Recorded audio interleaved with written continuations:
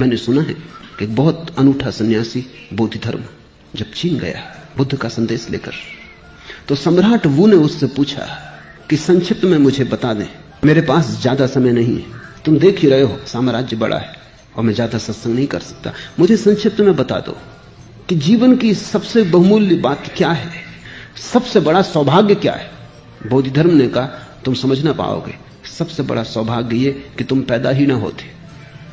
वो थोड़ा चौंका, ये कोई सौभाग्य की बात कर रहा है कि तुम पैदा ही ना होते? पर निश्चित ही बोधि धर्म सौभाग्य की ही बात कर रहा है। बुद्धों की यही तो आकांक्षा है कि पैदा ना होते।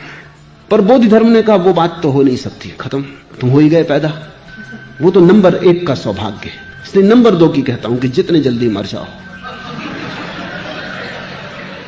कहते हैं वो फिर कभी मिलने नहीं आया बोधि धर्म को कि ये भी कोई ज्ञानी है। लेकिन मैं भी तुमसे कहता हूं नंबर 1 का सौभाग्य कि तुम पैदा न हुए होते, लेकिन उस पर तो कोई बस नहीं, हो ही गए। तो अब दूसरा सौभाग्य है कि तुम जीते जी मर जाओ, जीवन से तुम्हारा राग रंग छूट जाए। ये जीते जी मरने का अर्थ है। तुम ऐसे जीने लगो जैसे तुम हो ही नहीं। बैठो बाजार में, क्योंकि कहीं तो बैठोगे ही, लेकिन ऐसे जैसे हो ही नहीं। पालो पत्नी बच्चों को, पालना ही पड़ेगा, लेकिन ऐसे जैसे तुम हो ही नहीं।